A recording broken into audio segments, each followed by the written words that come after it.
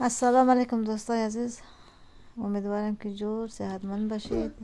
ما امروز به خیر میریم طرف مقداری که تخم مرغ محلی بخریم.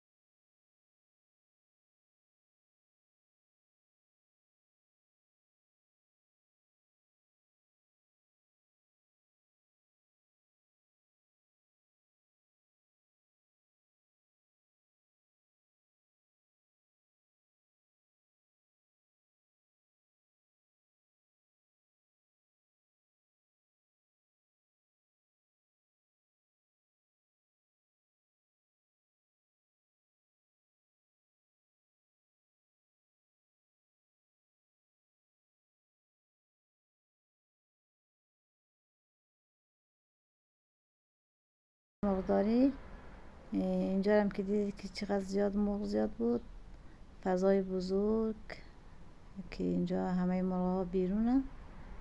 ما اومدیم که تخم مرغ بگیریم. در آوازم یک کلبه کوچولو اینجاست که در آوازم میریم داخل. اینجا همه تخم مرغا اینجا قرار دارن. این اتاق هم خیلی خنکه که تخم مرغا خراب نشه. دیگه پکتی هم هسته، شانه‌ای هم هسته. دوستان نامش هم روی سرش نوشته است. اینا همش تخمای جوجه بزرگ بزرگ هم داره، کوچیک کوچیک هم داره، یعنی همین کلان و کوچیک. خلاصه اینجا که قیمتاش نوشته، اینجا هم پولش رو میریزی، اینجا می نویسی.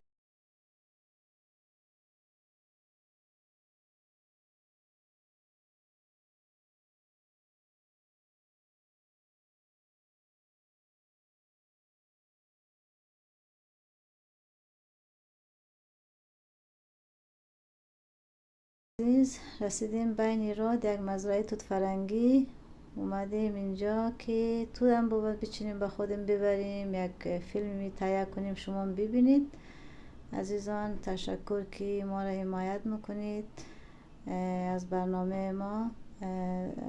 تشکر که سابسکرایب میکنید، لایک میکنید. عزیزان تا دیدار بعدی، تا فیلم بعدی، خدا حافظ شما.